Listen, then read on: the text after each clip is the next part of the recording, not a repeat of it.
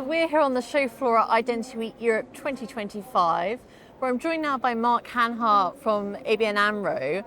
We caught up with him last year, 12 months ago, talking about the potential for a digital wallet for businesses. EIDAS has delivered a citizen wallet, and now we have some developments in that area, don't we, Mark? Yeah, it's very interesting. I was here indeed last year. Was a keynote speaker explaining what we were doing together with the Chamber of Commerce of the Netherlands, the Business Register, the Tax Authority, the notaries, and indeed the banks, which I then represent, about company passports. And it was a little bit of an outsider, I thought, last year. I haven't been coming here long, but now very much accustomed to it, where it's all about natural persons. We were already thinking about company passports a year ago, and now it's mainstream. I don't think we caused it, but it's nice to see that how much we've been investing in business register-driven companies' business wallets. We now even have a WeBuild, which is a large-scale pilot coming up in the 3rd of September.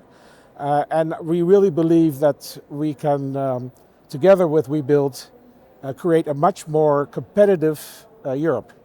The European Commission has already, in the competitiveness compass, mentioned the European Business Wallet as being the top enabler of European competitiveness. And we believe that to be the case. We've been looking into it. And so company passports, and WeBuild as well, is not so much about the wallet. Of course, having a wallet for a business is important. But what really makes an ecosystem work is if you have verifiable credentials in that wallet and that you have relying parties relying on that wallet. And so the ecosystem is far more important outside of the wallet than the wallet as an enabler. But you need, therefore, for all of the public authorities to issue pub AAAs, they're now called, and you need relying parties.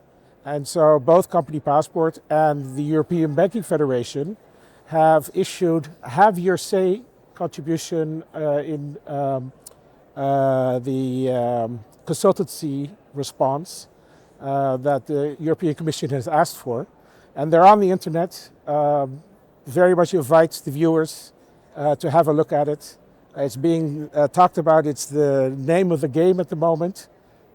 Besides AI, that's even more important, but we believe that the business wallet will be a key enabler for the competitiveness of Europe, and that we have found the way to stretch the adoption of it. Yeah, I saw that call for feedback from the industry this month. What are the benefits of this digital wallet for businesses in terms of interoperability? What will it bring? What it will bring is that what it does for natural persons as well, but for businesses it's even more important, is this cross-border capability.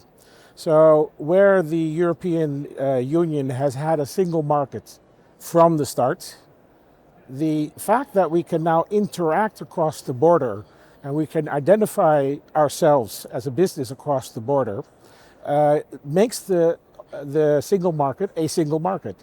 At the moment, Trump is having tax tariffs. We have our own internal tariffs because we cannot interact as much as we should be able to. And so having such a business wallet will make that happen. It will also make sure that our interactions are far more secure. There's a legal framework behind it.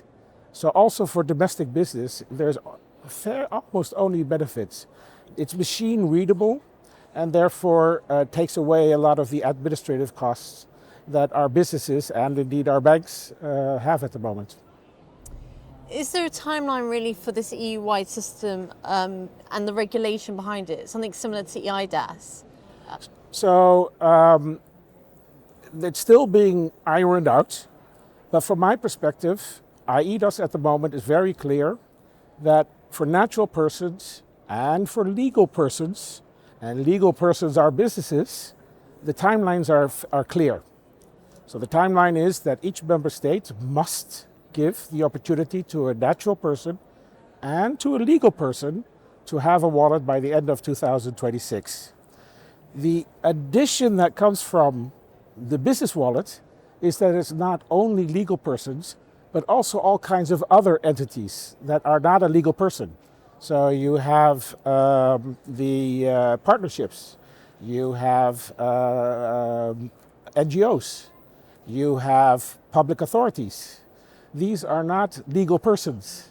And so AIDAS does not apply to them because AIDAS is limited to natural persons acting on behalf of a company, and legal persons, not businesses. So the legal person part has exactly the same timelines, in my opinion, as the natural persons. But for the expansions into businesses, new legislation is required for that expansion, not for legal persons, but for the expansion to others. And I don't know the timelines of that because we haven't seen it. I would hope the timelines are very similar because the bases are the same. So where we at the moment have a company that is registered with a business register, a legal person, those timelines are set. What is the big difference if we have a partnership that is registered at a business register? It's the same thing. It will say the same EUDI, the digital identity. It will be exactly the same. It will be the country code, the number of the business register, and then the local business register number. Well, it's the same thing if it's a legal person. It's rolling it out to. It's out rolling it out. Yeah. Yes. It's brilliant to hear. What have you been working on in ABN AMRO then, with the creation of the company passport? So it's a partnership, it's a public-private partnership, so it's not just ABN AMRO. We do it together with the Dutch Chamber of Commerce. We do it together with the Dutch Tax Authority and with the Dutch notaries. And I represent ABN AMRO Bank.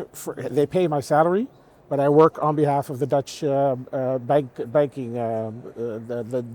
the Dutch Banking Association is in our steering group of Company Passport, as is the Payment Association.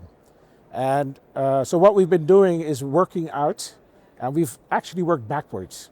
So we say, what is necessary to open a business account at a bank? And that's a different European legislation, which is also coming into play in 2027, which is the AMLR. And so we say, what do we need according to the AMR to open a business account? Well, that means I need all those verifiable credentials to be in the wallet. And that's what we've had a demonstration day on the May 6th, in which we demonstrated a working business wallet, a working natural person wallet, a working KVK, a working tax bank, etc. And we demonstrated how it worked. These are not demos, these were production wallets. And we're not creating a wallet, we're creating the infrastructure that would go through wallets.